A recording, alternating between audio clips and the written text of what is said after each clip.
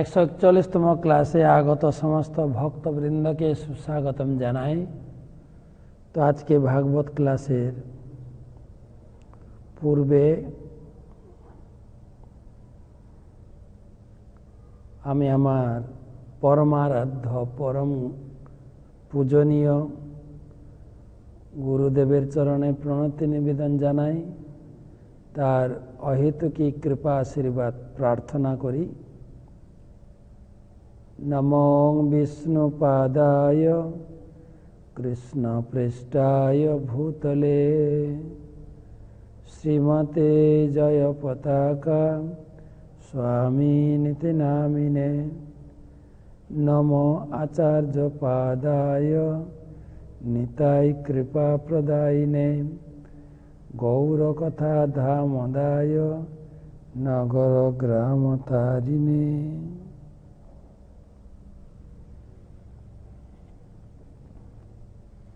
ভাগবত মাহাত্ম্য।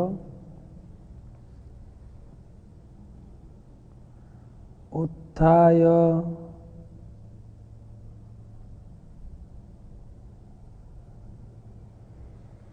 পণমের বৈ শ্রীমদ্ভাগবতম নরঃ ধনপুত্রম তথা দারম ভক্তিম চ প্রদদাম্যহম। হে পুত্র ব্রহ্মা, ভগবান বলছেন, শ্রীমদ্ ভাগবতমকে দর্শন করা মাত্রই উঠে দাঁড়িয়ে যিনি সম্মান প্রদর্শন করবেন, প্রণাম করবেন, তাকে আমি ধন, স্ত্রী, পুত্র, এমনকি আমার ভক্তি প্রদান করি।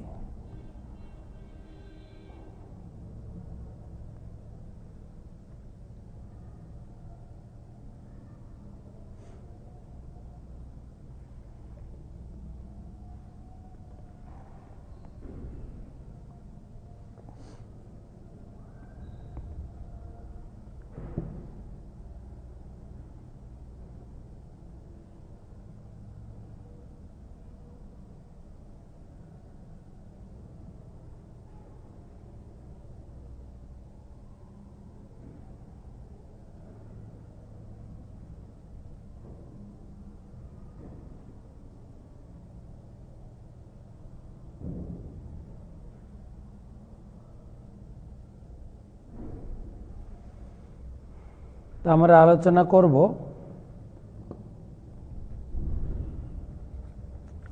16 নম্বর শ্লোক থেকে।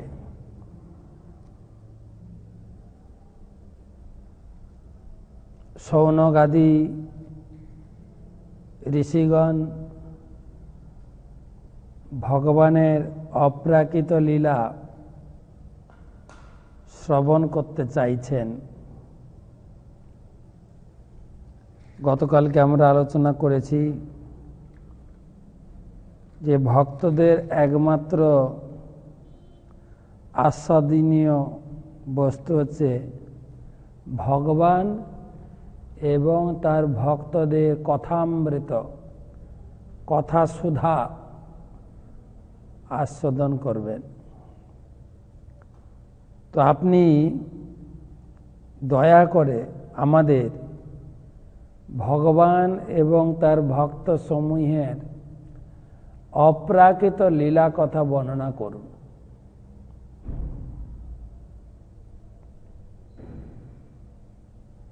আজকে বলছেন শ্লোক নাম্বার 16 শ্লোক। সবই ভাগবত পরীক্ষিত জেনাপবর্গ্যাক মদব্রবুদ্ধি জ্ঞানেন বৈয়াসকি শব্দিতেন ভেজে খগেন্দ্র ধ্বজ পাদ মূলম। सबई भागवत परीक्षित सबई महाभागवत परीक्षित जेना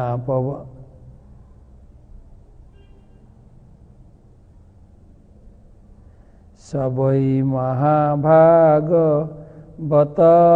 परीक्षित जेना पवर्ग्याकमदभ्र बुद्धि ज्ञानेन वैया सकिशब्दितेन भेजे खगेन्द्र ध्वजपादमूलम् सबई महाभागवत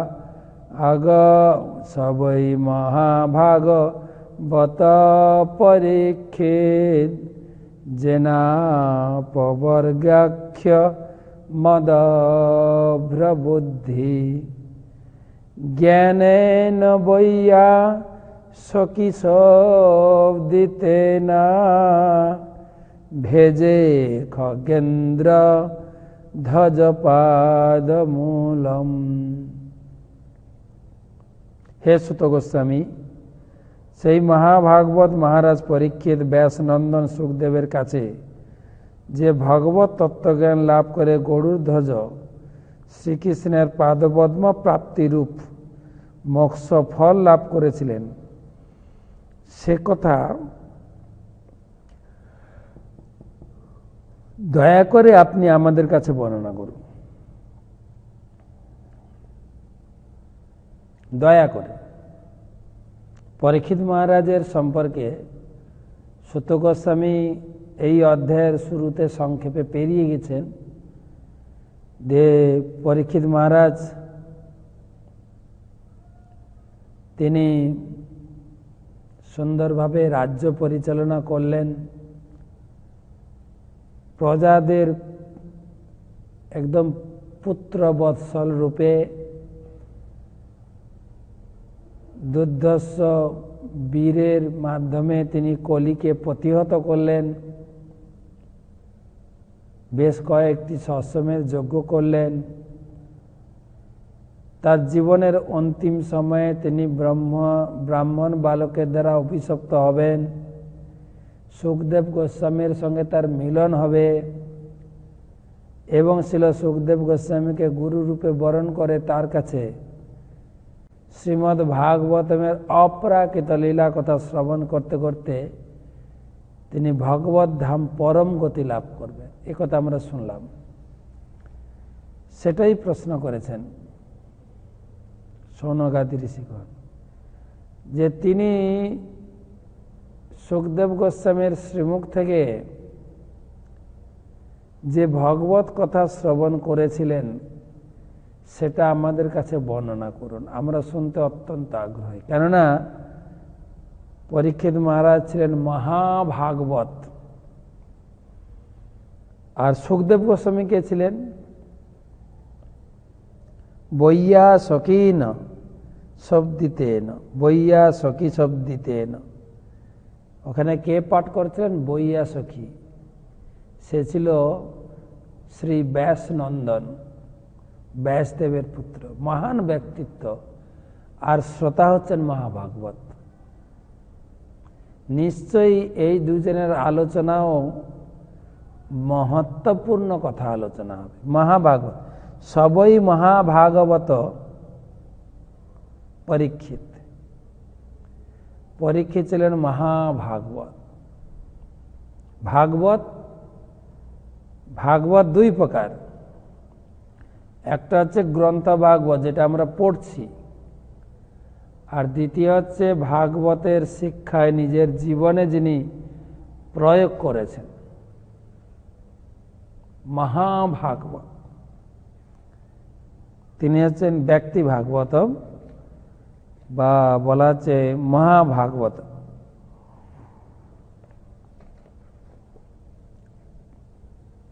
শিল প্রভুপাদ তিনি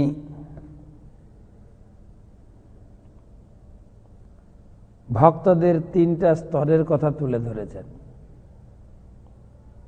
ভক্তদের তিনটি স্তর। প্রাকৃত বা কনিষ্ঠ ভক্ত, মধ্যম ভক্ত এবং উত্তম ভক্ত। তো এই তিন প্রকার ভক্ত সম্বন্ধে আমাদের একটু জানা দরকার আছে।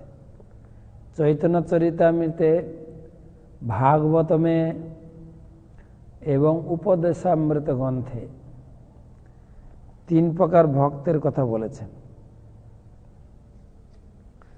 ভক্তের ভিতরে তিনটে ভাগ। এখন প্রশ্ন হচ্ছে, ভক্তদের ভিতরেও শ্রেণী বিভাগ করতে হয় নাকি? মহারাজ, অপরাধ হবে না তো? কিন্তু রূপক গোস্বামীপাদ তিনি বিশেষ করে প্রাধান্য প্রদান করেছেন যে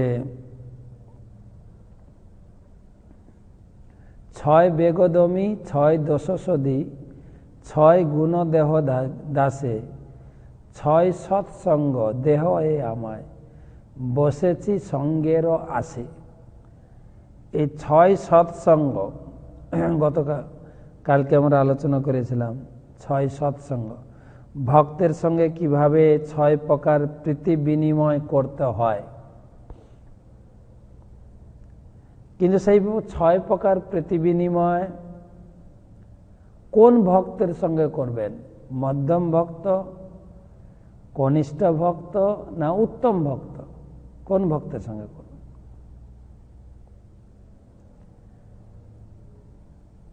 যে কনিষ্ঠ ভক্তকে বলছে, অর্চয়ামেব হরেয়জ পূজাম শ্রদ্ধেয়তে ন তৎ ভক্তিষু চান্যেষু সভক্ত প্রাকৃত স্মিত। কনিষ্ঠ ভক্ত যে ভগবানকে ভালোবাসে, ভগবানকে প্রীতি করে, কিন্তু ভক্তকে সম্মান দিতে জানে না, কনিষ্ঠ ভক্ত। বা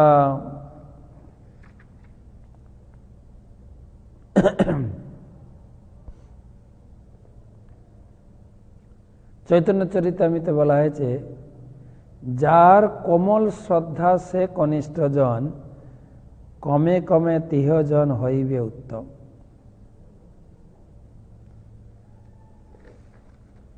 এটা একটা বিচার। সবে শ্রদ্ধা জাগরিত হয়েছে। আরো সরলভাবে মহাপ্রভু বললেন, প্রভু কহে যার মুখে শুনি একবার কৃষ্ণ নাম সেই পূজ্য শ্রেষ্ঠ সভাকার।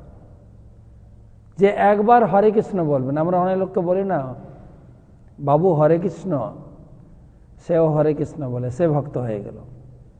সে একজন কনিষ্ঠ ভক্ত, প্রাথমিক ভক্ত। যার মুখে শুনি একবার কৃষ্ণ নাম সেই পূজ্য শ্রেষ্ঠ সভাকার। এবারে মধ্যম ভক্ত, কৃষ্ণ নাম নিরন্তন যাহার বদনে সে বৈষ্ণব শ্রেষ্ঠ, ভজ তাহার চরণে। যে একবার হরে কৃষ্ণ করে সে হচ্ছে কনিষ্ঠ বৈষ্ণব। যে নিরন্তন হরিনাম করে, নিরন্তন, প্রভু কহে নিরন্তন যাহার বদনে সে বৈষ্ণব শ্রেষ্ঠ, ভজ তাহার চরণে। তাহলে যে একবার জপ করে সে হচ্ছে কনিষ্ঠ, যে নিরন্তন জপ করে সে হচ্ছে মধ্যম। আচ্ছা, ভাগবতমে বলা হলো যে ভগবানকে শ্রদ্ধা করে কিন্তু ভক্তকে সম্মান করে না, এই হলো কনিষ্ঠ। মধ্যম হচ্ছে কি, তার 4 রকম ব্যবহার হবে। ঈশ্বরেষু তদ অধীনেষু বালিশেষু দিতৎসুজ প্রেম মৈত্রী কৃপা উপেক্ষা য করতি সব মধ্যম। ভাগবতমে বলছে ভগবানের প্রতি প্রেম, ভক্তের প্রতি মৈত্রী, অজ্ঞ সাধারণ লোকের প্রতি কৃপা, আর যারা বিদ্বেষ পরায়ণ, তর্ক পরায়ণ, তাদের উপেক্ষা করে চলেন।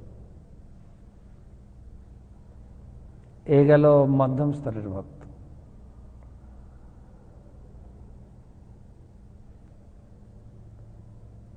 কনিষ্ঠ, মধ্যম।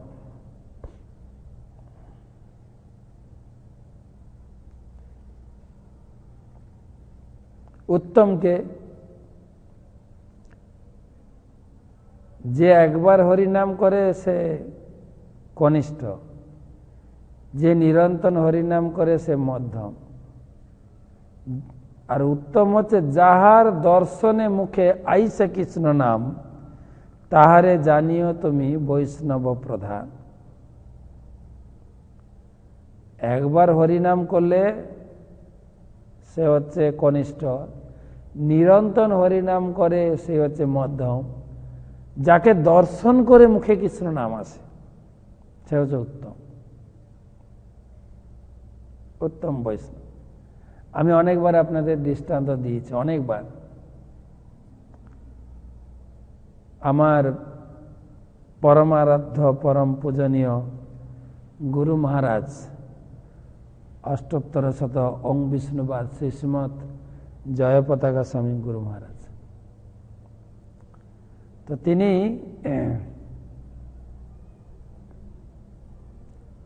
বাংলাদেশ ভ্রমণে যাচ্ছিলেন আমাদের এই বনগাঁ পেরিয়ে। তো তার দীর্ঘকায় শরীর, দীর্ঘকায় ছিল এবং উন্নত শরীর, দর্শনধারী ছিলেন।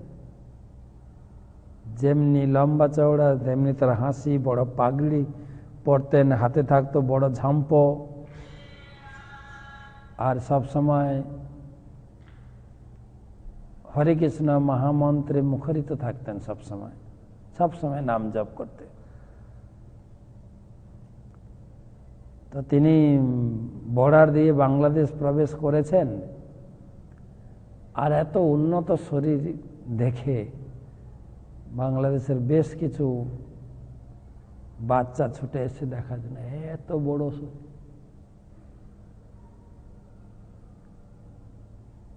তো গুরু মহারাজ বলছেন, তোমরা হরিনাম করো, হরে কৃষ্ণ বলো।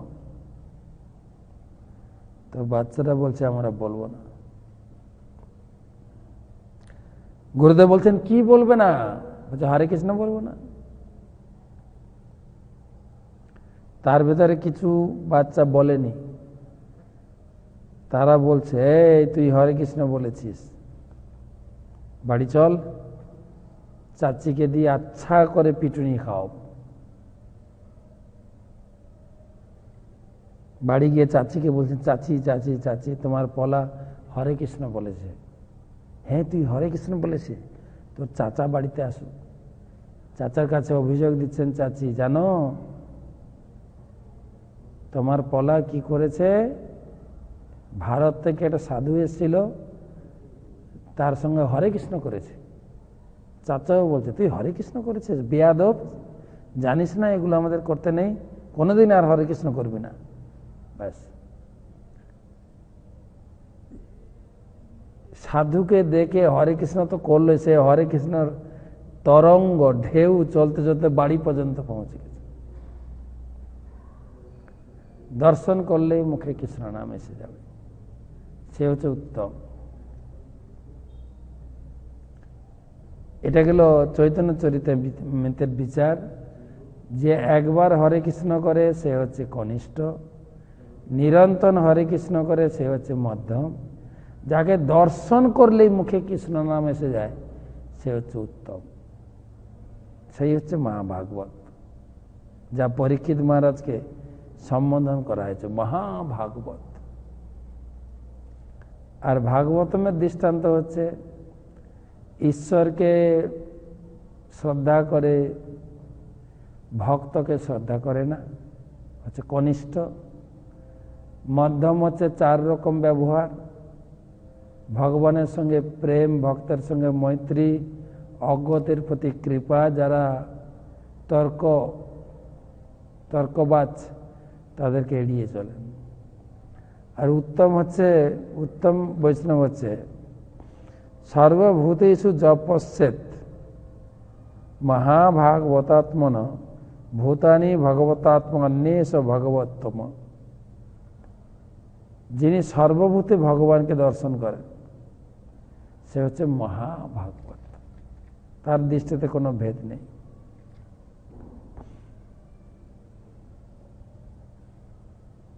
তো রূপ গোস্বামীপাদ বললেন তার বিচার হচ্ছে কৃষ্ণেতি যস্য গিরিতাং মনসা আদ্রি এত, যে সবে কৃষ্ণ নাম করা শুরু করেছে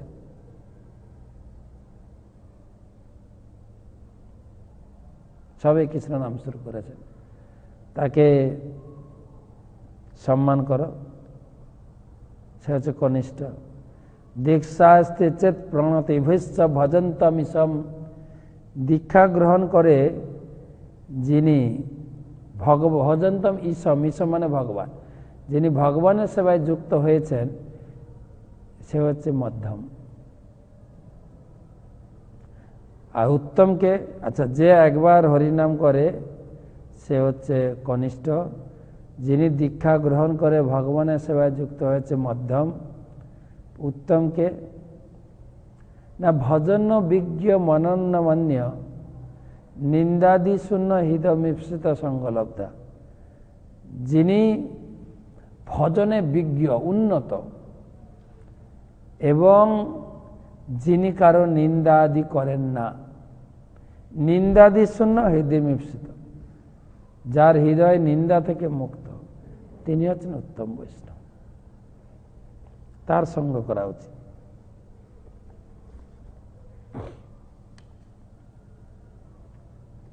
সুখদেব গোস্বামী প্রার্থনা করছেন দ্বিতীয় স্কন্ধে, কিরাত হুনান্ধ্র পুলিন্দ পুলকসা আভীর শুম্ভ্যা যবনা খসাদয়, যে অন্যে চ পাপা যদপাশ্রয়াশ্রয়া শুদ্ধান্তি তস্मै প্রভ বিষ্ণবে নমঃ। বলছে এই রকমের মহাভাগবতকে আমি প্রণাম করি, যে ভাগবতমের সংস্পর্শে এসে কিরাত হুন আন্ধ্র পুলিন্দ পুলকস আবির শুম্ভ যবন খসাদয় সমস্ত জাতির লোকরা শুদ্ধ হয়ে যায়, তিনি হচ্ছেন মহাভাগবত। যেরকম ছিল প্রভুপাদ, সব ধরনের লোকে তিনি শুদ্ধ করেছেন। আমেরিকান লোক, জার্মান লোক, ইউরোপের লোক, অস্ট্রেলিয়ান লোক, মধ্যপ্রাচ্যের লোক,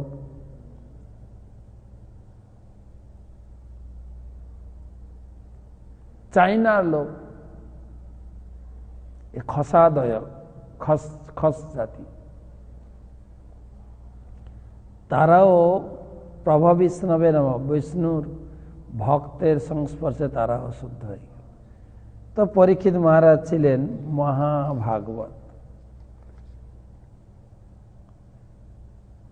সর্বোচ্চ স্তরের ভক্ত। প্রভুপাদ লিখছেন মহাভাগবত।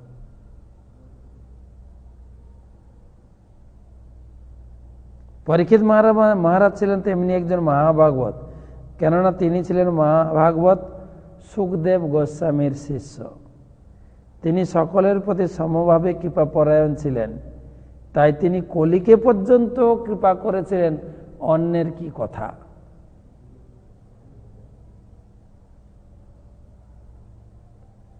সুখদেব গোস্বামীর কাছ থেকে প্রাপ্ত জ্ঞান মহারাজ পরীক্ষিতকে ভগবানের সেবা লাভে সাহায্য করেছিল। পূর্ণতা প্রাপ্তির এই স্তরকে বলা হয় অপবর্গ বা চরম মুক্তি। শ্লোকে দেখেন, সবই মহাভাগবত পরীক্ষিত জেনাপ পর্গাক্ষ মধব্র বুদ্ধি। অপবর্গ তিনি লাভ করেছিলেন। পবর্গ আর অপবর্গ। বর্গ পড়েছি না, বর্গ বর্গ আমাদের লেখাপড়ার সময় ছিল। কচত কচত টতপ, কচ টতপ বর্গ, 5টা বর্গ। ক বর্গ, চ বর্গ, ট বর্গ, ত বর্গ। কচ, ক বর্গ, চ বর্গ, ট বর্গ, ত বর্গ আর প বর্গ। ক, চ, ট, ত, প, 5টা শব্দ। ক, চ, ট, ত, প, মানে আবার এক একটা বর্গে 5টা করে সব আছে, অক্ষর আছে। ক, খ, গ, ঘ, ঙ, ক বর্গ। চ, ছ, জ, ঝ, ঞ, ক বর্গ, চ বর্গ। ত, ত, থ, ব, ভ, ম, ট, ট, ঠ, ড, ঢ, ম আর প বর্গ। প, ফ, ব, ভ, ম। এই 5টা লেটারে বর্গ বলায়। প মানে পরিশ্রম, প্রচুর পরিশ্রম করতে হবে, পয়ে পরিশ্রম। আর পরিশ্রম করতে করতে করতে করতে ফয়ে ফেনা, পরিশ্রম করতে করতে মুখ দিয়ে ফেনা বেরিয়ে যায়। যখন কোনো ছেলে কি বলা যায়, উদাসীন হয়ে ঘুরে বেড়ায়, মা বাবা বলে ওকে বিয়ে করিয়ে দাও, সংসারের বোঝাটা কাঁধে চাপিয়ে দাও, তখন প্রচুর পরিশ্রম করতে শুরু করে। আর পরিশ্রম করতে করতে করতে করতে মুখ দিয়ে ফেনা বেরিয়ে যায়। দেখেছেন, এই গরমের দিন আসবে, গরু মহিষ দিয়ে যখন গাড়ি টানাবে গাড়োয়ান, মুখ দিয়ে ফেনা বেরিয়ে যায়। আমাদেরও মুখ দিয়ে ফেনা বেরোয়, সারাদিন রুমাল দিয়ে মুছতে থাকি, রুমালটা কালো হয়ে যায়, অথবা এখন হয়েছে টিস্যু পেপার। সারাদিন পয়ে পরিশ্রম, ফয়ে ফেনা। আর এই পরিশ্রম করতে করতে করতে করতে এক সময় উপলব্ধি হয় এই সব কিছু ব্যর্থ। পয়ে পরিশ্রম, ফয়ে ফেনা, বয়ে ব্যর্থ। সংসার সংসার বলি মিছে গেল কাল, কার লাগি এত করি, কার লাগি এত হচিল জঞ্জাল। সব জঞ্জাল, কার লাগি যে এত করছি। যেরকম রত্নাকর দস্যুকে পাপ থেকে মুক্ত করার জন্য নারদ মুনির সঙ্গে সাক্ষাৎ হলো না, তার কাজ ছিল মানুষকে বেঁধে রেখে সম্পূর্ণ ছিনতাই করা। তো নারদ মুনি জিজ্ঞাসা করছেন, তুমি যে এত কিছু করছো কার জন্য, কত পাপ হচ্ছে জানো? ঠিক আছে, পাপ হচ্ছে, এই পেপার ভাগী কে হবে? বলে আমি যা ছিনতাই করে ইনকাম করি সবাই খায়, সবাই পাপের ভাগী হবে। বলছে না তো, যে পাপ করছে তাকেই ভাগ নিতে হবে, অন্য কেউ ভাগ নেবে না। তুমি জিজ্ঞেস করে দেখো। বলছে আমি জিজ্ঞেস করতে যাবো আর তুমি পালিয়ে যাবে, ভারী মজা না? খুব চালাক। বস ঠিক আছে, আমাকে বেঁধে রেখে তুমি যাও জিজ্ঞেস করতে।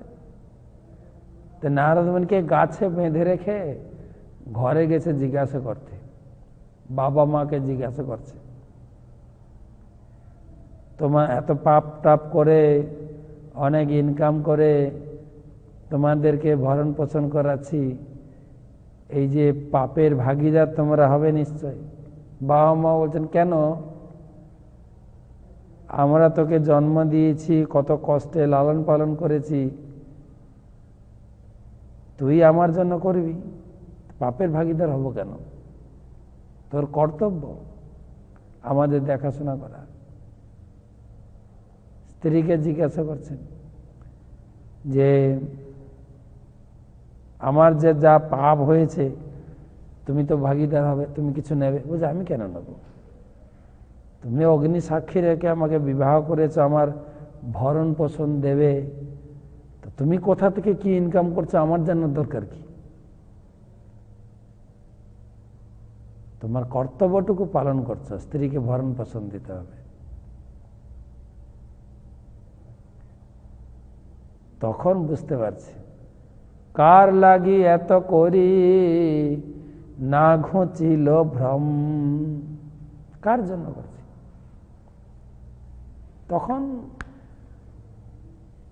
রত্নাকর দস্যু এসে নারদ মুনি চরণে পড়ে বললেন, আপনি আমাকে রক্ষা করুন, উদ্ধার করুন। তখন এক সময় উপলব্ধি হবে পয়ে পরিশ্রম, ভয়ে ফেনা, ভয়ে ব্যর্থ। আর তখন ভয় হয়ে যায়, আরে এখনো সংসারটাকে গুছাতে পারলাম না, ছেলের চাকরি পায়নি এখনো, ছেলের জন্য কিছু করলাম না, ছেলের এখন বিয়েও হলো না, মেয়ের বিয়ে দিই নাই, অনেক কাজ বাকি থেকে গেছে। তখন হবে চতুর্থ অক্ষর ভয়। শরীরও কাজ করছে না, আমি রিটায়ার্ড হয়ে গেছি। ভয়, পয়ে পরিশ্রম, ভয়ে ফেনা, ভয়ে ব্যর্থ, ভয়ে ভয়। ভয়, সংসারটা যেন ভয় লাগে। কোন কোন ব্যক্তি কৌতুক করে বলে সংসারটা একজোড়া করতাল। করতাল বুঝেন না? করতাল, ঝমঝমা ঝমঝম করতাল।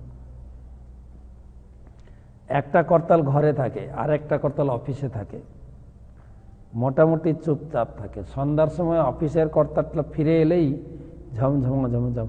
এখন তো চাকরি থেকে রিটায়ার্ড, সারাদিন ঘরে থাকবে, করতাল বাজবে না, সেদিন ঘরে থাকে না ভয়ে। ভয়, হয়তো ঘরে থাকলে হাতে রিমোট, টিভি দেখবে, অথবা পাড়ার চায়ের দোকানে বসে পেপার পড়া, তাস খেলা, এই করে সময় কাটাবে। ভয়, সংসারের লোকের সঙ্গে কথা বলতে গেলে ভয়। ভয়ে পরিশ্রম, ভয়ে ফেনা, ভয়ে ব্যর্থ, ভয়ে ভয়। আর মত বুঝতে পারছেন, ভয়ে সবসময় থাকে এবং সবসময় ভগবানকে ডাকে, হে ভগবান, সবার মৃত্যু হচ্ছে, আমাকে কি তুমি নেবে না? আর ঘরের লোক উৎসাহ দেয়, হ্যাঁ সবাই মরছে, তুমি মরছো না কেন? ভগবান সবাইকে নিচ্ছে, তোমার মরণ হয় না। ভয়, এই করতে করতে একদিন ময়ে মৃত্যু। আর এর ভিতরে কোন সাধু এসে হয়তো বলেছে, বাবু একটু হরির নাম করুন, একটু গীতা ভাগবতম শুনুন, পড়ুন। সময় নেই, সময় নেই। আর মৃত্যুর পরে আত্মীয় স্বজনেরা তাকে কাঁধে করে নিয়ে যাবে শ্মশানে। বাবু এখন তো আর আপনার অফিসও নেই, সংসার নেই, সব কিছু থেকে আপনি মুক্ত, তাই পরপারে যাওয়ার আগে একবার হরিনাম করে যান, বলো হরি। আরে একবার হরি তো বলুন। যেহেতু সারা জীবন মাথা নেড়েছে, তখনও মাথা নেড়ে না, আমি বলবো না। তখন সামনের লোক বলে, বলো হরি, ডেড বডিতে বলে না, আমি বলবো না। পিছনের লোক তার হয়ে বলে দেন, হরি বল। আপনারা দেখবেন পরীক্ষা করে।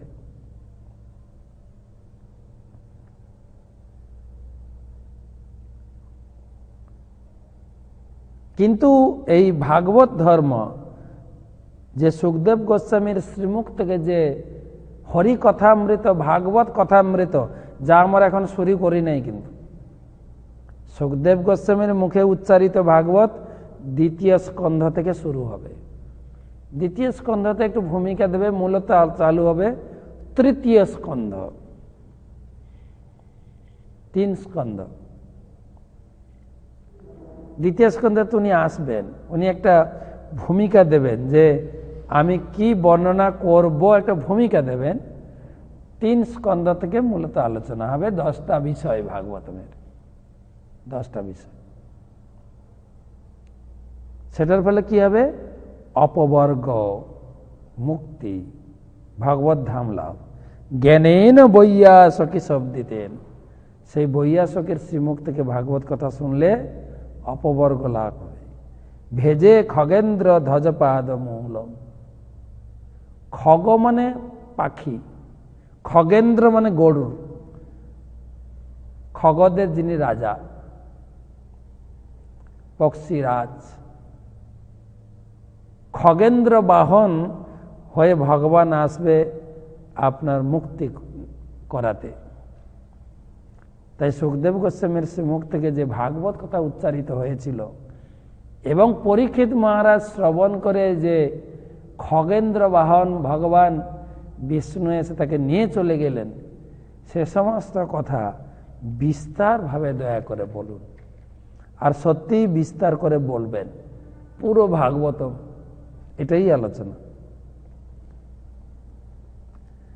তন্ন পরম পুণ্যম অসংবিতার্থ মাখ্যানমন্ত ভূতযোগনিষ্ঠম আখ্যানন্তাচরিতোপপন্যম পরীক্ষিতং ভাগবতাভিরামম। তন্যা পরম পুণ্যম অসংবিতার্থ আখ্যানমত্যৎ ভূতযোগনিষ্ঠম আখ্যানন্তা চরিতোপপন্যম পরীক্ষিতম ভাগবতাভিরামম।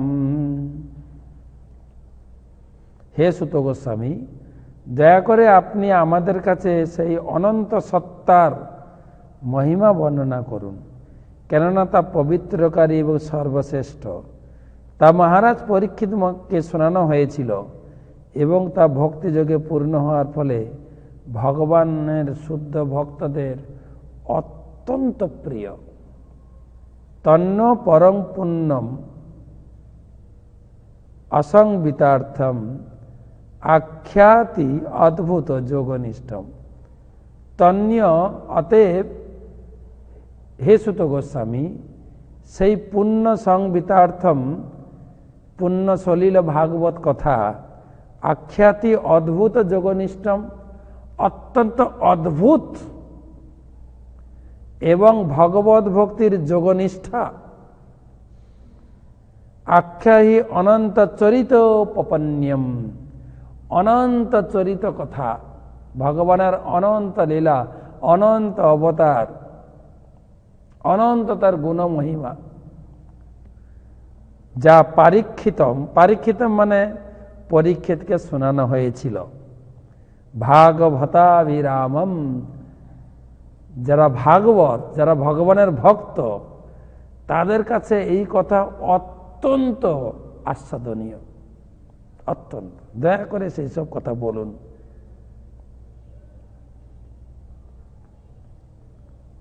সুত গোস্বামী উত্তর দিচ্ছেন,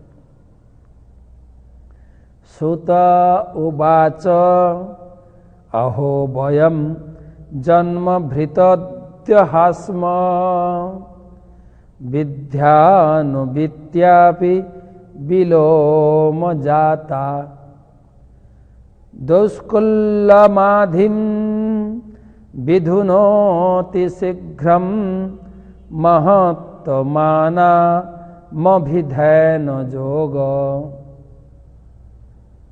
অহো বয়ম জন্ম ভীতদ্যহাস্ম বিদ্যানুবিদ্যাপি বিলোম জাতঃ দৌষ্কুল্যমাধিম বিধুনোতি শীঘ্রম মহত্তমানা মহাত্মানামভিধেন যোগম। শ্রীল সুত গোস্বামী বললেন, আহা, যদিও আমরা শঙ্কর বর্ণোদ্ভূত, তথাপি জ্ঞানবিদ্ধ মহাপুরুষদের সেবা করার ফলেই কেবল সফল জন্মা হয়েছি। এই প্রকার মহাত্মাদের সঙ্গে কেবল বার্তালাপ করার ফলেই নিম্নকুলে জন্মজনিত অযোগ্যতা অচিরেই দূর হয়ে যায়। এক সুন্দর হৃদয়গ্রাহী কথা, অত্যন্ত হৃদয়স্পর্শী কথা বলছেন। আমাকে মহাভাগবত বলছেন আপনারা, অহো বয়ম জন্ম ভিতদ্দ আস্ম। আরে একটা ভালো কথা আপনাদের শোনাই। জন্ম ভিতদ, আমার জন্মটা সফল হয়ে গেছে। বিদ্যানো বিদ্যাপি বিলোম জাত, আমি হচ্ছে বিলোম জাতা।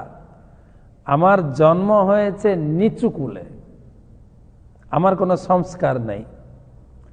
সুত, সুত মানে নিচু জাতি, কত দৈন্য দেখেন। কিন্তু বিদ্যানুবিদ্যাপি, কিন্তু জ্ঞান বৃদ্ধ সুখদেব গোস্বামীর সঙ্গ পেয়ে আমি নিজেকে সফল করতে পেরেছি। আমি জন্মগত সফল কামা নই, কেবল বিদ্যানুবিদ্যা বিলোম জাতা। আমি বিলোম জাতা হওয়া সত্ত্বেও, আমি অত্যন্ত নিচু জাতি হওয়া সত্ত্বেও বিদ্যানুবাপী জন্ম ভিত্ত্যদ্য হাস্ম, আমার জন্মটা সার্থক হয়েছে। দৌষ্কল্য মাধিম বিধুনতি শীঘ্র, আমার জন্ম হচ্ছে দৌষ্কুল্য, কোনো কুল নেই, একদম নিচু কুলে। দৌষ্কল্যম আধিম, আধিম মানে কষ্ট, আমার জন্মটা অত্যন্ত নিচু জাতি। কিন্তু বিদ্যানুবিদ্যাপি সুখদেব গোস্বামীর সঙ্গ করে বিধুনতি শীঘ্র, আমি সম্পূর্ণরূপে এখন শুদ্ধ হয়ে গেছি। এটা আমার কৃতিত্ব না,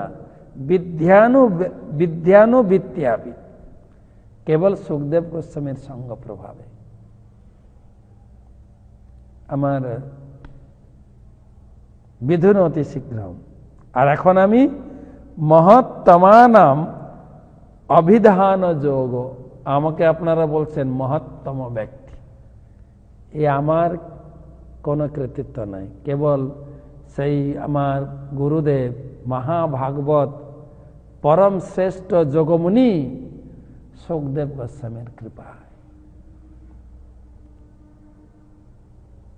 কৃতিত্ব মহত্ত নামম, আমি এখন মহাত্মাদের পর্যায়ে পৌঁছে গেছি। আমাকে এখন কাক থেকে গরুর মতো করে দিয়েছেন সেই সুখদেব গোস্বামী, তারই কৃতিত্ব। এর আগে এই স্কন্ধের চতুর্থ পঞ্চম অধ্যায়ে আমরা নারদ মুনির জীবনী শিখেছি। নারদ মুনিও বলেছিলেন, আমার জন্ম কোন কুলে হয়েছে আমি নিজেই জানি না, আমার পিতৃ পরিচয় আমি জানি না, আমার মা অন্য অনেকের সেবা করতে করতে আমাকে লাভ করেছে।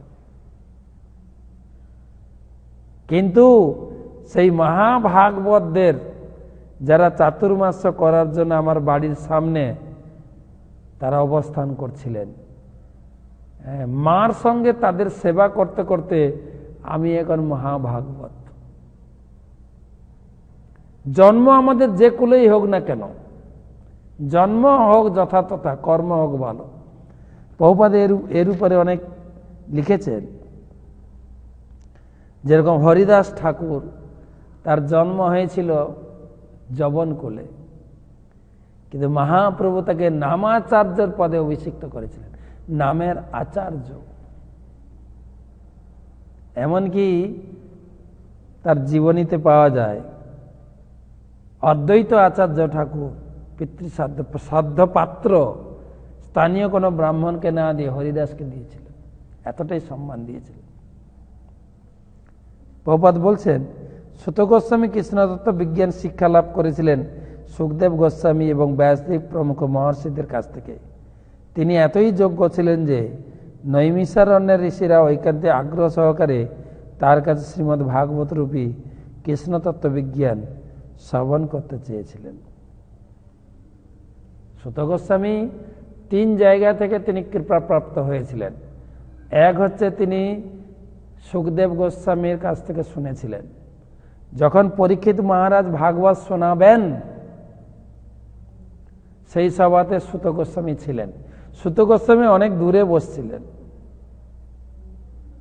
আর সুখদেব গোস্বামী তার নাম ধরে ডাকছেন, সুত ইধার আও, ইধার আও, ইধার আও, ইধার बैठो, সামনে बैठो। ওখান থেকে ডেকে এনে সামনে বসিয়েছিলেন। তখনকার দিনে ইন্টারনেট ছিল না, আর ইন্টারনেট তো বাদ দেন, মাইকও ছিল না। সভাতে ছিল মাত্র 60,000 শ্রোতা, 60,000 শ্রোতা, আর খালি গলায় লেকচার দিচ্ছিলেন। তাই সুত গোস্বামীকে দূর থেকে ডেকে এনে কাছে বসিয়ে সম্পূর্ণরূপে শুনিয়েছেন। আর সুত গোস্বামী ছিলেন উগ্রশ্রবা। উগ্রশ্রবা বুঝেন? কোনো যখন কথা খুব আস্বাদনীয় কথা আলোচনা হয়, ইন্টারেস্টিং কথা, হাঁ করে বসে, কি রে কি শুনছিস, হাঁ করে। উগ্রশ্রবা, উগ্র হয়ে তিনি শ্রবণ করছিলেন। তো তিনি সুখদেবের কৃপাপ্রাপ্ত, একদম সামনে বসে প্রতিটা ভাগবতমের কথা তাকে শুনিয়েছেন। একদম টার্গেট ছিল। এবং ভাগবত বক্তব্যের শেষে তিনি ঘোষণা দিয়েছেন ওই সভাতে, আমার পরবর্তী পাঠক হচ্ছেন সুত গোস্বামী। ওখানে ঘোষণা দিয়েছিলেন। সুখদেব গোস্বামী বুঝে নিয়েছিলেন তার শ্রবণের পন্থা দেখে, তার শ্রবণের আগ্রহ দেখে। যেরকম ছিল প্রভুপাদ তার গুরুদেবের কাছে যেভাবে শ্রবণ করছিলেন, তার গুরুদেব তাকে বলেছিলেন যে এর ভিতরে আমি মহাভাগবতের লক্ষণ দেখতে পাচ্ছি। আমার উদ্দেশ্যগুলি, আমার যে টার্গেট আছে কৃষ্ণ ভাবনামৃত প্রচারের জন্য, এই লোকটা ফুলফিল করতে পারবে, এই লোকটা করতে পারবে। একদম টার্গেট করে নিয়েছিলেন, তুমি বিদেশে যাবে এবং কৃষ্ণ ভাবনামৃত প্রচার করবে। দেখ, সুখদেব গোস্বামীর কৃপাপ্রাপ্ত, তিনি ব্যক্তিগতভাবে ব্যাসদেবের সেবক ছিলেন। সুত না, জাতিতে কম, সেবক ছিলেন। আর ব্যাসদেবের এত সুন্দর সেবা করেছেন, ব্যাসদেব একদিন তাকে আলিঙ্গন করেছেন, এবং আলিঙ্গন করেছেন। আলিঙ্গন করে ব্যাসদেব বলছেন, আমার ভিতরে যত জ্ঞান আছে আমি তোমাকে ট্রান্সফার করে দিলাম। বলে না, একটা কম্পিউটার থেকে আরেকটা কম্পিউটার ডাটা ট্রান্সফার করা হয় না, ডাটা পেন ড্রাইভে বা হার্ড ডিস্কে, ওই রকম এখান থেকে ডাটা, ব্যাসদেবের যত ডাটা ছিল, জ্ঞান ছিল, পুরো হার্ড ডিস্ক ঢুকিয়ে দিয়েছে সুত গোস্বামীর ভিতরে। এটা ছিল ডবল, একটা সুখদেব গোস্বামীর কৃপা আর এটা সুত। আর তৃতীয় ব্যক্তি ছিলেন বলরাম। এই যে সভাতে ভাগবত পাঠ হচ্ছে, সুত গোস্বামী পাঠ করছেন, সৌনকাদি ঋষিগণ শ্রবণ করছেন, ইনি পাঠক ছিলেন না। পাঠক তো ছিলেন ইনার পিতা রোমহর্ষণ মুনি। কিন্তু রোমহর্ষণ মুনির ছোট্ট একটা অপরাধ ছিল, তো বলরাম জগৎকে শিক্ষা দেওয়ার জন্য তাকে ওখানেই একটা ঘাস ছুঁয়ে দিয়ে বধ করে দিয়েছে। তখন সৌনকাদি ঋষিগণ প্রার্থনা করলেন, আমরা এখানে এসেছিলাম ভাগবত কথা শুনতে, আমাদের পাঠককে আপনি বধ করলেন, এখন আমরা কার কাছ থেকে শ্রবণ করব? বলছে, এই সুত ইধারাও। তখন সুত গোস্বামীকে বসিয়ে তার মাথায় 2 হাত দিয়ে আশীর্বাদ করে দিয়ে গেলেন। বলে, এই পুরো আশীর্বাদ পুষ্ট করে দিলাম, এই মাইক বাজিয়ে শোনাবে, যা ভাগবত কথা এর ভিতরে ঢুকিয়ে দিলাম।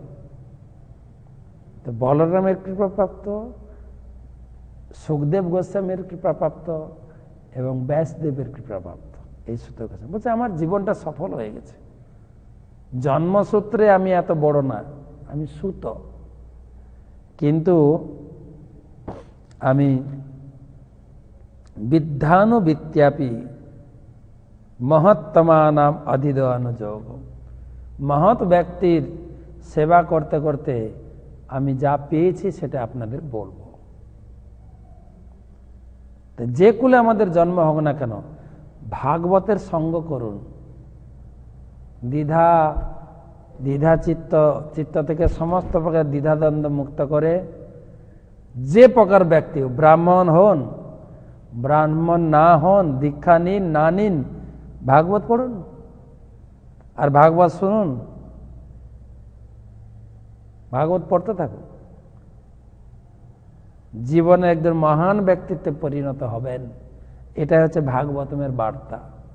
হয়তো জীবনে ধন সম্পত্তিতে অনেক বড় হতে পারবেন, হয়তো পারবেন না, কিন্তু ভক্তি ধন, এই ভাগবত কথারূপী ধনে আপনি অত্যন্ত ঐশ্বর্যবান হবেন, যেটা যেটা যেটা সনাতন গোস্বামীপাদ বলেছেন। মদেক বন্ধু মত সঙ্গীন মত গুরু মত মহাধন। ভাগবত হচ্ছে মহাধন, মহাধন। পরম অর্থ বলা হয়, অর্থ যেটা টাকা পয়সা, আর এটা হচ্ছে পরম অর্থ, মানে পরকালে কাজে লাগবে, পরম অর্থ। কত 19 নম্বর শ্লোক।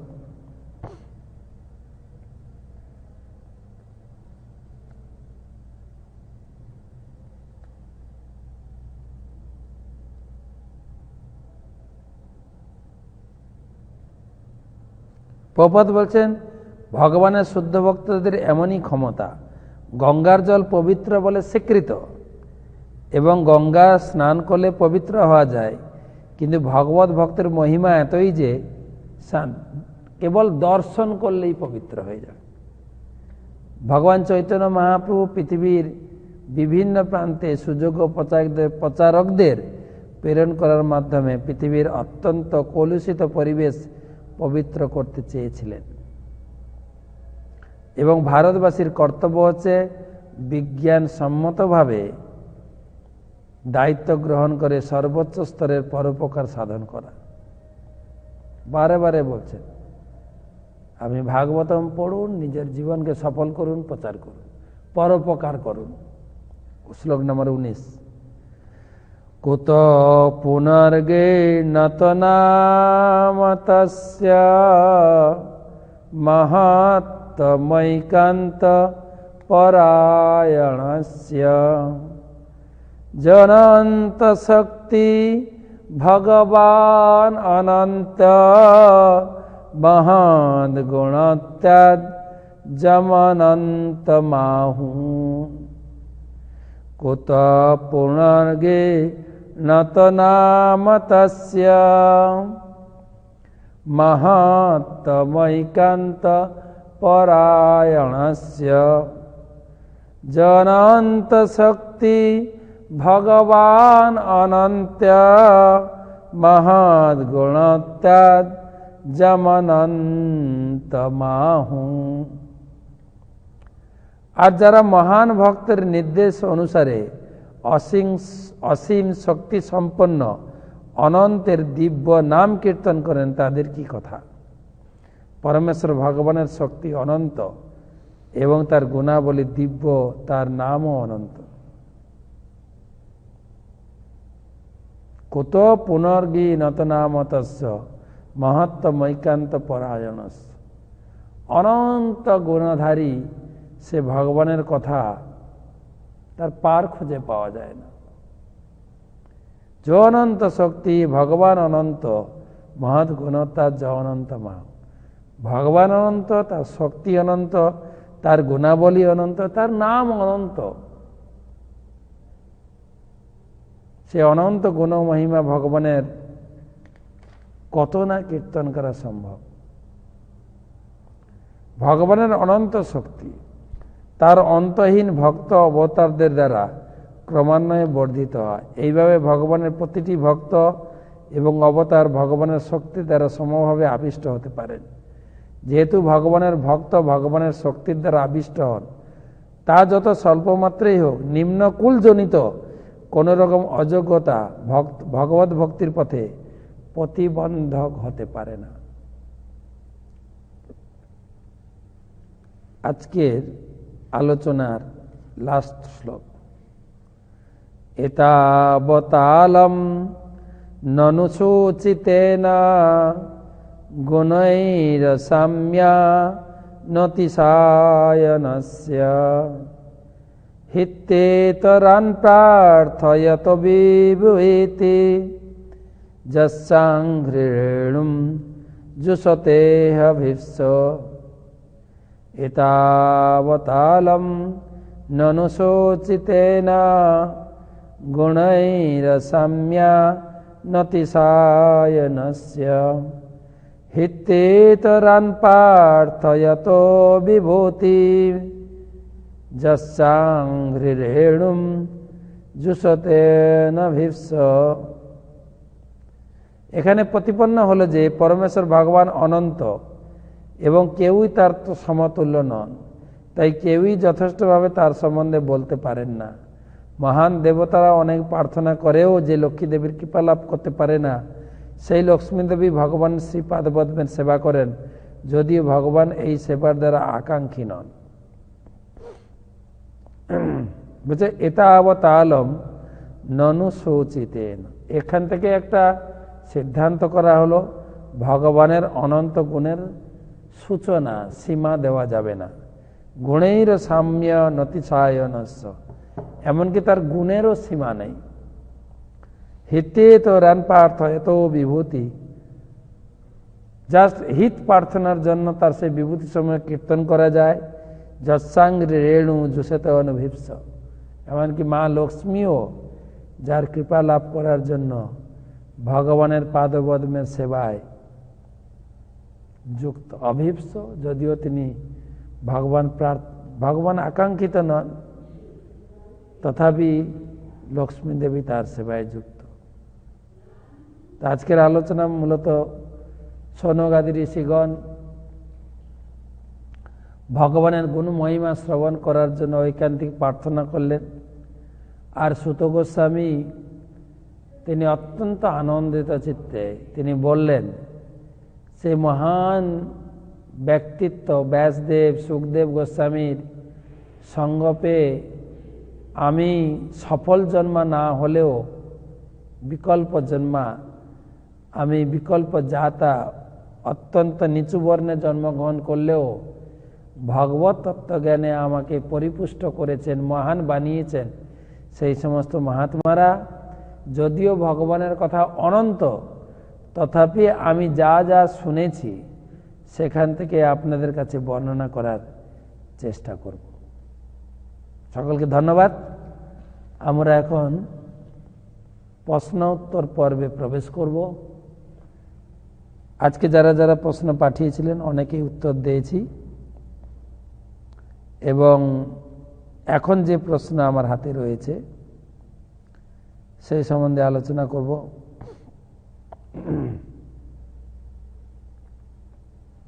আপনার আজকে অনেক নতুন লোক আছে, একটু সমাচার দিয়ে দিই।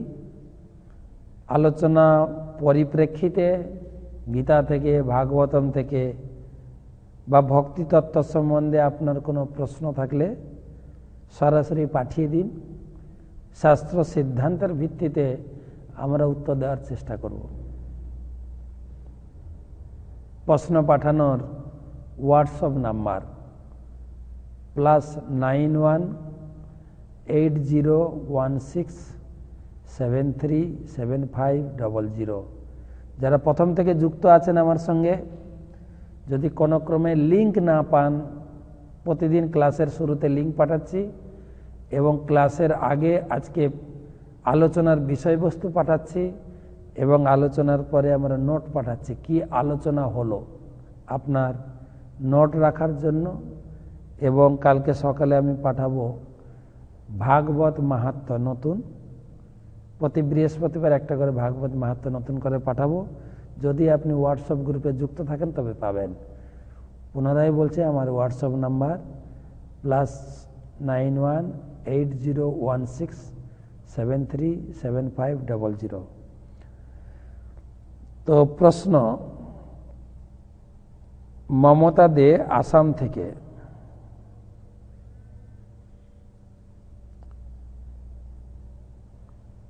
ভাগবতমের প্রথম স্কন্ধ অষ্টম অধ্যায় 20 শ্লোকে তাৎপর্যে বলা হয়েছে সর্বশ্রেষ্ঠ মনীষী দার্শনিকেরা ভগবানকে জানতে পারে না।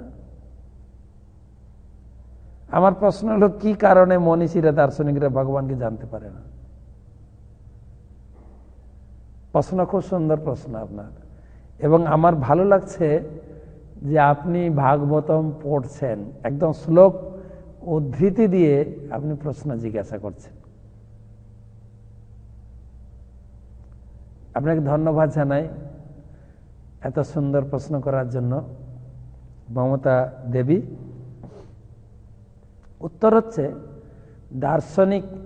দার্শনিক কারা? যারা দর্শন নিয়ে পড়াশোনা করে, তর্ক, দর্শন, ফিলোসফি বলে। আর মনীষী মানে মুনিরা, মুনিনাঞ্চ মতিভ্রম। তারা এই দার্শনিক জ্ঞানের দ্বারা ভগবানকে লাভ করা যাবে না। দর্শন বিদ্যা হতে পারে, কিন্তু ভগবানকে জানার জন্য তো শাস্ত্র পড়তে হবে।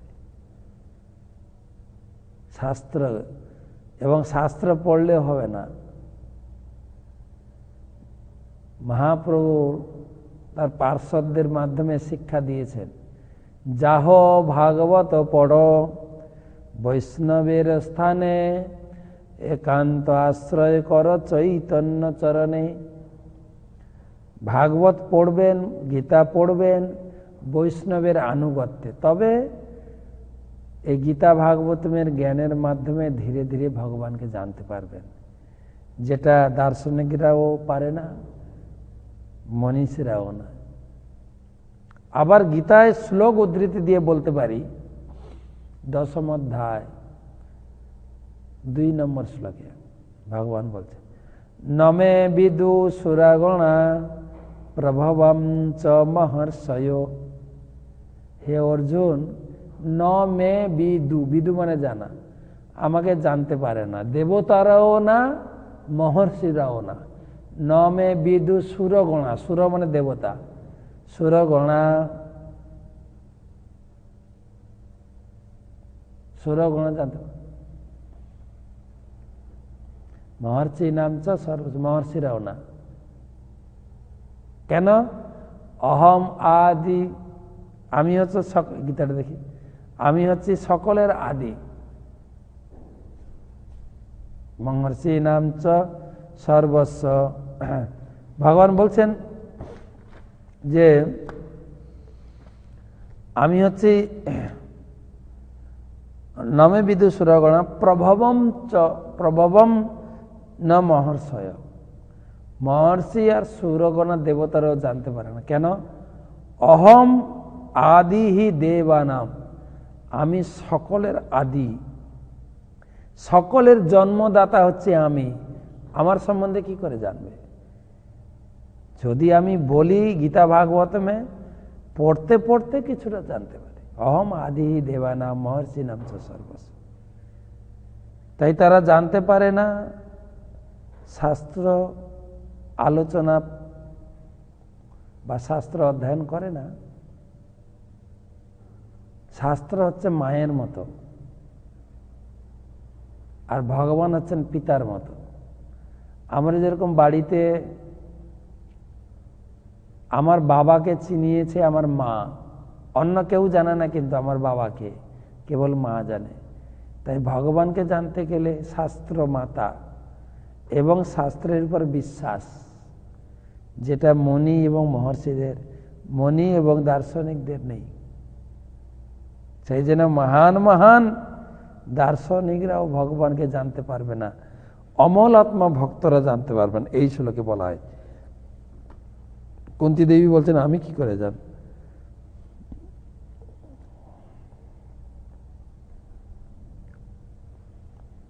ওই শ্লোকে কুন্তী দেবীর প্রার্থনায় তিনি বলছেন, তিনি সমাধান দিয়েছেন যে কে জানতে পারবে।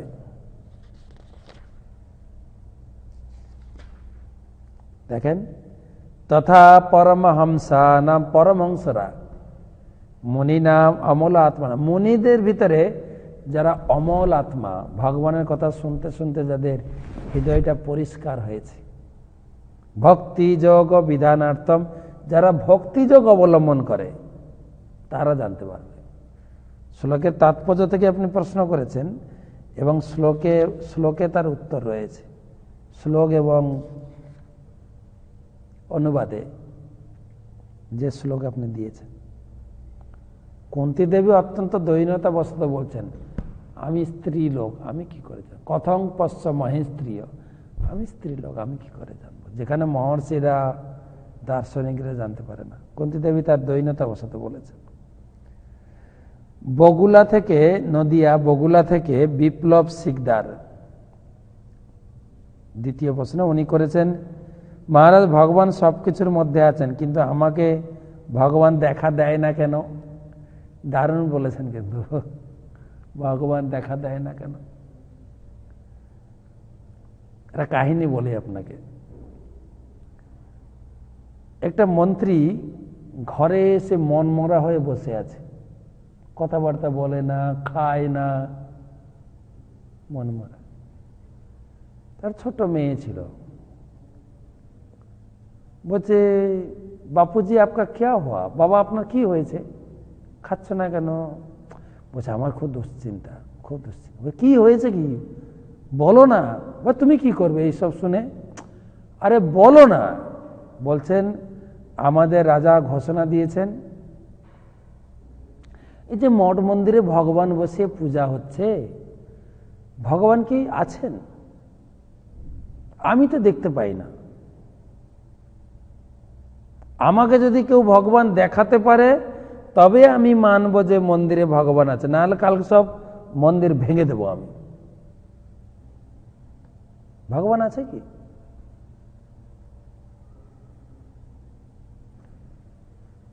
তখন মেয়েটা হাসছে, এইটুকু। তুমি হাসছো কেন? হ্যাঁ, তুমি আমাকে নিয়ে চলো, আমি উত্তর দেবো, রাজার সামনে আমি উত্তর দেবো। বলে, তুমি উত্তর কি বলো? হ্যাঁ, আমাকে নিয়ে চলো। তো মেয়ে বলছে, ঠিক আছে চলো। তো সন্দেহ, মেয়েটা কি বলবে কে জানে, তবু নিয়ে গেছে। তো মন্ত্রীকে বলছে, মহারাজ আমার মেয়ে আপনার যে প্রশ্ন, ভগবান কি আছেন, আমাকে দেখাতে পারবে?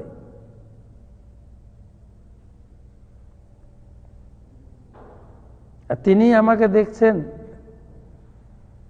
আর তিনি আমাকে দেখছেন, আমি যে তাকে তিনি যে আমাকে দেখছেন, তিনি আছেন, এই প্রকাশ কি করবে? তিনখানা প্রশ্ন করেছিলেন।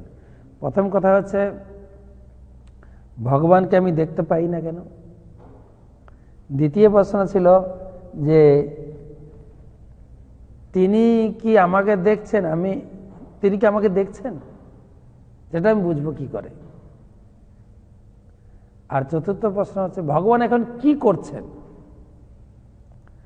তো গিয়ে দাঁড় করেছে মেয়েটাকে, তো বলছে, বেটি क्या मेरा क्वेश्चन का उत्तर दे सकते हो? বলছে, আমি দেখবো, চেষ্টা করব। আপনার প্রশ্ন কি বলুন? যে ভগবান আছেন আমি বুঝবো কি করে? আমাকে দেখাতে পারবে? বলছে, আচ্ছা আমার একটা জিনিস চাই। দেখো, বলছে, কি জিনিস চাও? বলে, একটা পাত্রে দুধ নিয়ে আস। দুধ দিয়েছে, সবাই হাঁ করে দেখছে, পুরো সভা দুধ দিয়েছে। বলছে, মহারাজ এই পাত্রে কি আছে? বলছে, দুধ। কিন্তু আমি তো দেখছি এখানে ঘি মাখন আছে, তো আপনি কি দেখতে পাচ্ছেন এখানে ঘি মাখন আছে? বলছে, না। আচ্ছা, এর ভিতরে ঘি মাখন আছে কি না? বলছে, হ্যাঁ আছে। তো আপনি দেখতে পাচ্ছেন না কেন? না, এর উত্তর হচ্ছে, এই একটা প্রসেসিং লাগবে, একটা একটা কাজ করতে হবে। দুধকে ফুটিয়ে দই করতে হবে, দইকে মন্থন করলে ঘি বেরোবে, ঘি মাখন বেরোবে। ঠিক সেই রকম ভগবানকে দেখতে গেলে তার একটা পদ্ধতি আছে। আপনাকে ভক্তিযোগ অবলম্বন করতে হবে, ভক্তি মন্থন করতে হবে, মন্থন করতে করতে ভগবানকে আপনি দর্শন করবেন। রাজা, আপনি উত্তর পেয়েছেন? বলছে ঠিক আছে। তো তিনি এখন কি আমাকে দেখতে পাচ্ছেন? বলছে আমাকে একটা মোমবাতি, জ্বালানো মোমবাতি দেবেন, নিয়ে আসেন। বলছে রাজা কি দেখছেন? বলছে মোমবাতি দেখছি। বলছে ভগবান এরকম জ্যোতির্ময়, তুমি যখন শুদ্ধ হবে তখন সরাসরি ভগবান আপনাকে দর্শন করবেন, আপনি ভগবানকে দর্শন করবেন। আপনি যখন শুদ্ধ বিধুনতি সুহিত সতা। বলছে ঠিক আছে। আমার তৃতীয় প্রশ্ন, ভগবান এখন কি করছেন? বলছে মহারাজ,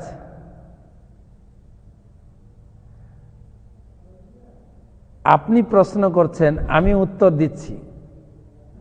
তো আমি আপনার গুরু, শিষ্য বসে থাকবে উপরে, আর গুরু নিচে দাঁড়িয়ে দাঁড়িয়ে আপনার প্রশ্নের উত্তর দেবে। এটা অসামান্য লাগছে না? সামঞ্জস্য হচ্ছে না? অসামঞ্জস্য হচ্ছে না? তো এর উত্তর জানতে গেলে আমাকে ওই আসন দিতে হবে, আপনাকে নিচে আসতে হবে। রাজা কি করবে? সবার সামনে থরথর করে রাজাসন ছেড়ে নিচে দাঁড়িয়েছে, আর মেয়েটা গিয়ে রাজার আসনে গিয়ে বসেছে। এদিকে মেয়ের বাবা তো মন্ত্রী, তো অবাক, কি না কি হয়ে যাবে। বলছে রাজামশাই, আপনার প্রশ্নের উত্তর আমি দিয়ে দিয়েছি। প্রশ্নটা ছিল ভগবান এখন কি করছেন।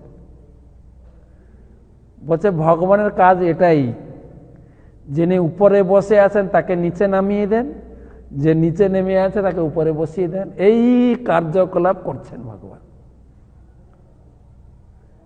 তো বিপ্লব বাবু, আপনি নিশ্চয়ই আপনার উত্তর পেয়েছেন। ভগবানকে দর্শন করতে গেলে ভক্তি যোগের মন্থন করতে হবে। দুধের ভিতরে ঘি মাখন আছে আমরা দেখতে পাই না, কিন্তু আছে অবশ্যই।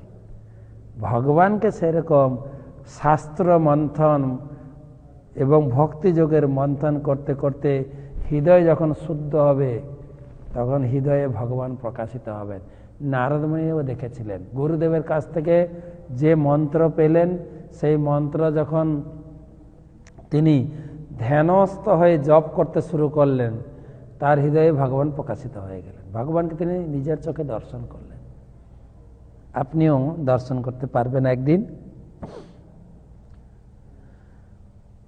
কিশোরগঞ্জ চৌদন্দ অষ্টগ্রাম থেকে স্বপন দাস, আমার প্রশ্ন হলো, ভক্তি জীবন গ্রহণ করলেই যদি মানুষ জন্মের একমাত্র উদ্দেশ্য হয়, তবে এই যুগের অধিকাংশ মানুষ কেন ভক্ত হতে চায় না?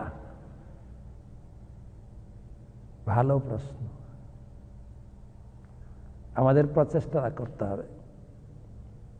মহাপ্রভু যেরকম বাড়ি বাড়ি গিয়ে প্রচেষ্টা করেছিলেন, নিত্যানন্দ প্রভুকে, হরিদাসকে পাঠিয়েছিলেন, সেরকম আমাদেরকে এই সমস্ত লোকেদের জন্য প্রচুর পরিশ্রম করতে হবে, বুঝাতে হবে।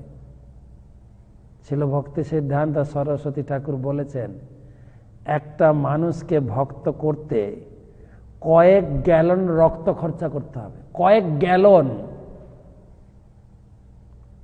আর ভক্তিযোগটা হচ্ছে অত্যন্ত সুদূর্লভ। ভক্তির একটা লক্ষণ হচ্ছে সুদূর্লভ। সবাই ভক্তিটা ধরতে পারবে না।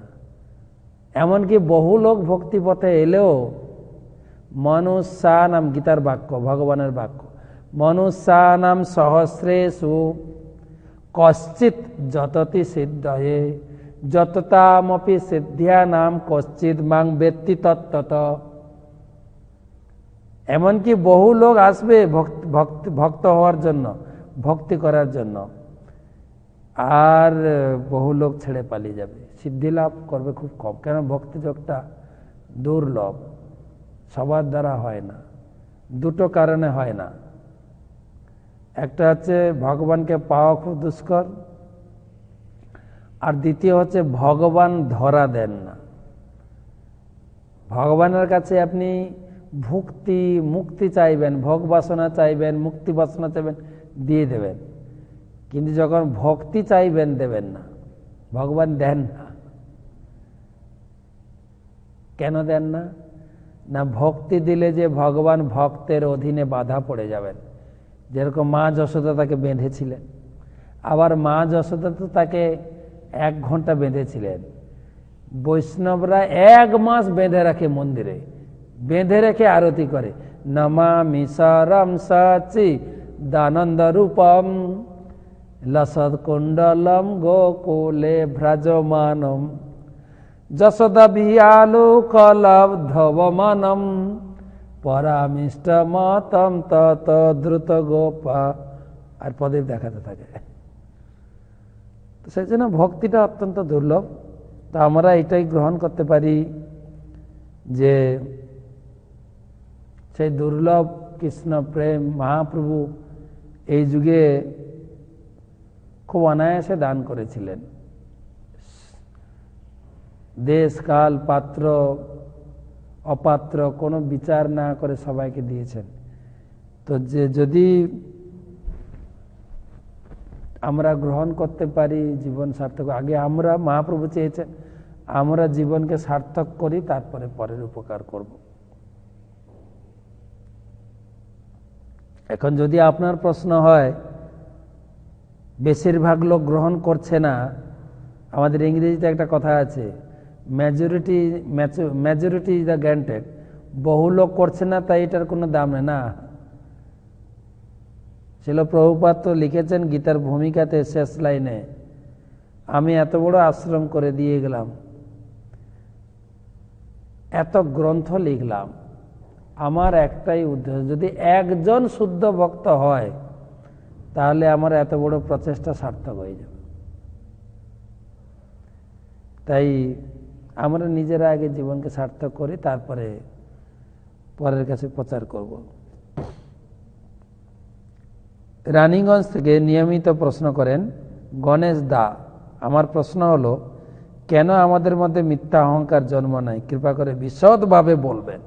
আপনার প্রশ্নের উত্তর বিশদভাবে, কালকেও বলছিলেন, বিশদভাবে বলবেন। অহংকারটা আমাদের ভিতরে আছে, অহংকারটা জন্ম থেকে তৈরি হয়েছে। 8টা উপাদান দিয়ে যে শরীরটা গড়া না, সেখানে অহংকারটা আছে।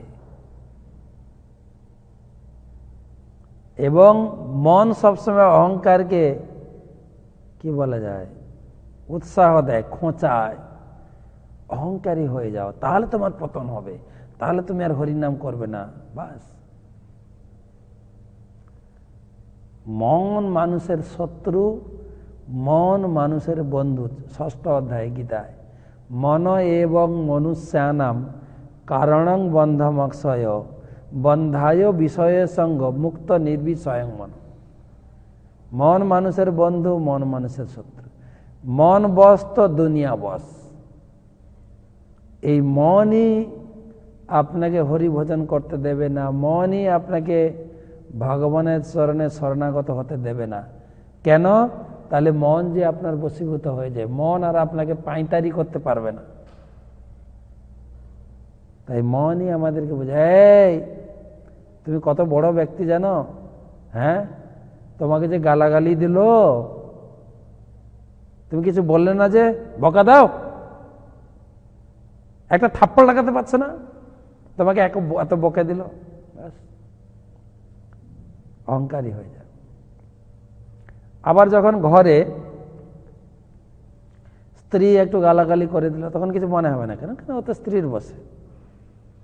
যখন ভক্তি সম্বন্ধীয় কোনো ভক্ত যদি 2 কথা বলে দেয়, ওই প্রভুটা তোমার নামে কি বলেছে, কিন্তু ঘরের লোক তো অনেক তোমার নামে বলে, স্ত্রী বলছে, আর কেউ না কেউ বলছে, আত্মীয় স্বজন আমার নামে দুর্নাম গাইছে, তখন মন বলবে না তুমি রেগে যাও, বলবে না, কিন্তু কেননা মন তো দেখছে বশীভূত হয়। যখন ভক্তি তত্ত্ব সম্বন্ধে কিছু কথা আসবে, এই ওই প্রভুটা যে তোমার নামে এত কিছু বললো, তুমি কিছু রেখে গেলে না কেন?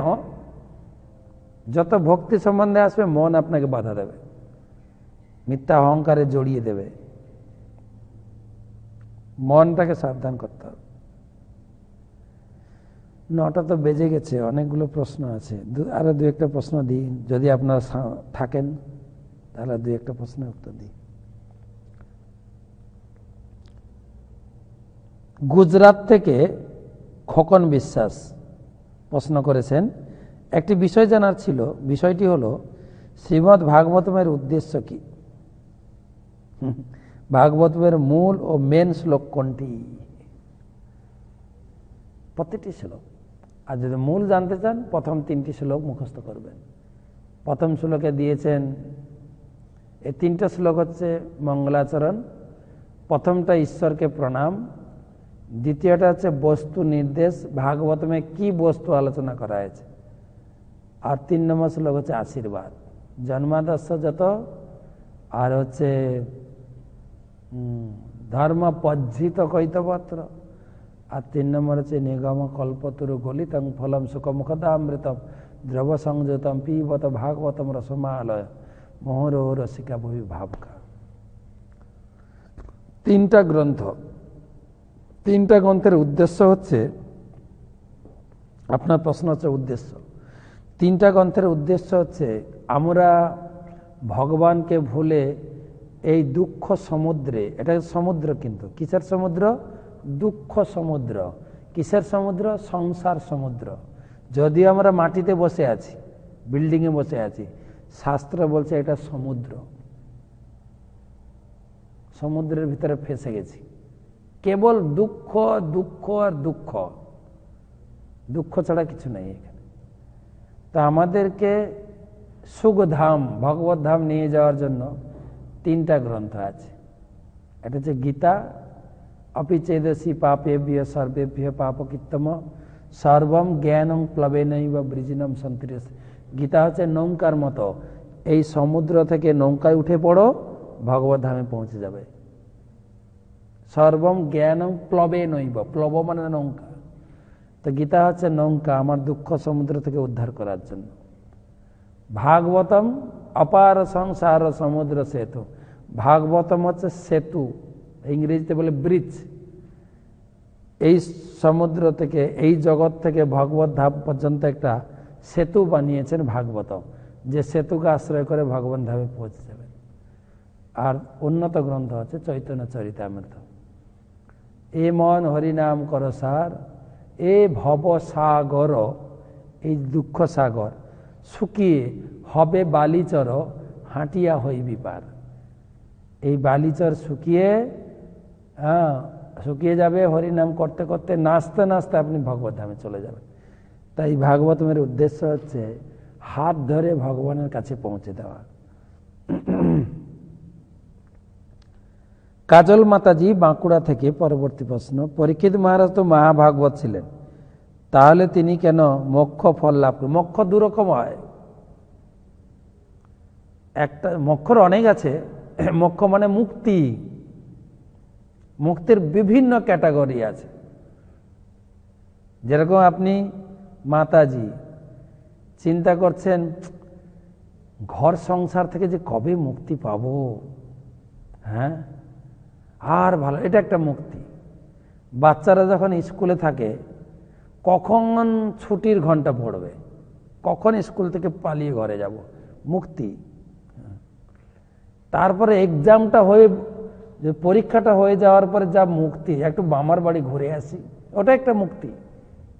রোগ ব্যাধি হয়েছেন আপনার, অনেক জ্বালা যন্ত্রণা, ওষুধ খেয়ে রিলে, মুক্তি, বিভিন্ন মুক্তি। আর হচ্ছে যেটা যেটা যেটা 5 প্রকার মুক্তি আছে, তার ভিতরে সাজুজ্য মুক্তিটা ভক্তরা নেন না, ভগবানের সাথে মিলে যায়। বাকি 4 প্রকার মুক্তি তো চাই। একদম সর্বশ্রেষ্ঠ মুক্তি হচ্ছে আমরা যে জড় জগতে ফেসে গেছি, বদ্ধ জীবনে রয়েছি, এই জীবন থেকে মুক্ত হয়ে আত্মা ভগবানের চরণে পৌঁছে যাবে। সেটাকে বলে আত্যন্তিকী মুক্তি। সেই মুক্তি তো চাই, এই জড় জগৎ থেকে কখন মুক্তি পাবো?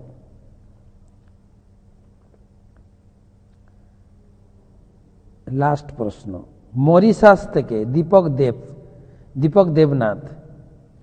আমি দীক্ষা নিয়েছি অনেক ছোটবেলায়, কিন্তু তখন কিছুই বুঝি না। আমার জানার ইচ্ছে কোন নাম দিয়ে মালা জপ করব, গুরুর দেওয়া নাম নাকি হরে কৃষ্ণ মহামন্ত্র? তো গুরুর দেওয়া নাম জপ করবেন, যেহেতু গুরুর কাছে দীক্ষা গ্রহণ করেছেন, কিন্তু সেই সঙ্গে হরিনাম অবশ্যই করবেন।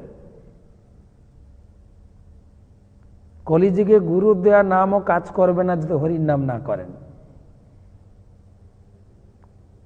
শাস্ত্র বলছেন হরের নামই কেবলম কলৌ নাস্তেব্য গতিরন্যথা। কেবলমাত্র হরিনাম, হরের নাম কেবলম 3 বার বলা হয়েছে। কিন্তু একটা জিনিস যখন জোর দিয়ে বলে না, ছোটবেলায় আমরা জিদ ধরতাম, ভাই বোনের সঙ্গে ঝগড়াঝাটি করে ভাত খেতাম না, আজকে আমি ভাত খাবো না, বাস ওকে খাওয়াতে পারবেন না। আমরা ছোটবেলায় জিদ করতাম, মার সঙ্গে জিদ ধরতাম, আজকে আমি স্কুলে যাব না বাস। সেই যে মহাপ্রভু 3 বার বলেছে হরির নাম কলো নাস্তেব্য। হরিনাম ছাড়া গতি নাই। হরিনাম অবশ্যই জপ করবেন। হরিনাম জপ না করলে আপনার গুরু মন্ত্র সিদ্ধি প্রাপ্ত হবেন না। প্রথমে 2 মালা জপ করা শুরু করে, মরিশাসে আমাদের ইস্কন মন্দির আছে, মন্দিরের সঙ্গে যোগাযোগ রাখবেন। কেবল হরিনামটা যথেষ্ট না, নিয়মিত ভাগবত ক্লাস শুনছেন ভালো, সেই সঙ্গে স্থানীয় ইস্কন মন্দিরে যোগাযোগ রাখবেন, ভক্তদের সঙ্গে পরামর্শ করবেন এবং হরিনামে এগিয়ে যাবেন। 2টো জিনিস অবশ্যই করবেন, হরিনাম এবং এই ভাগবতম শ্রবণ। যদি পারেন ভাগবতম সংগ্রহ করবেন, ভাগবতম দেখে ভাগবতম ক্লাস শুনবেন, তাহলে আপনি সঠিক রাস্তায় চলতে থাকবেন, আপনার গাড়ি চলবে। তো সবাইকে কৃতজ্ঞতা জানাই। আর যা প্রশ্ন আপনাদের থেকে থাকে আপনি আমার হোয়াটসঅ্যাপ নাম্বারে পাঠিয়ে দেবেন। আমি সারাদিন আপনাদের সঙ্গে প্রশ্ন উত্তরে থাকি। তো আপনাদের কৃতজ্ঞতা জানাই, ধন্যবাদ জানাই। কালকে বুধবার, কালকে কি বার? বৃহস্পতিবার। কালকে তো আমাদের সরকারি ছুটি, আমাদের কলেজ ছুটি। কালকে রয়েছে গুরুবার, গুরু ধ্যান, গুরু বন্দনা, গুরু পূজা এবং গুরুর মহিমা কীর্তন আমরা শ্রবণ করব। আপনাদের কাছে যে আইডি আছে, জুম আইডি, তাতে ঢুকে যাবেন ঠিক বিকাল 4টে। আর যারা চান এই গুরু মহিমা কীর্তনে অংশগ্রহণ করতে, গুরুবার মানে গুরুর মহিমা কীর্তন, তো আপনারা আমাকে আইডি চাইবেন, আমি আপনাদের কাছে আইডি পাঠিয়ে দেবো। বিকাল 4টায় গুরু মহিমা কীর্তন অনুষ্ঠান আমরা শ্রবণ করব। সকালে আমি ভাগবত মাহাত্ম্য একটা নতুন পাঠাবো। তো সকলকে কৃতজ্ঞতা জানাই। হরে কৃষ্ণ।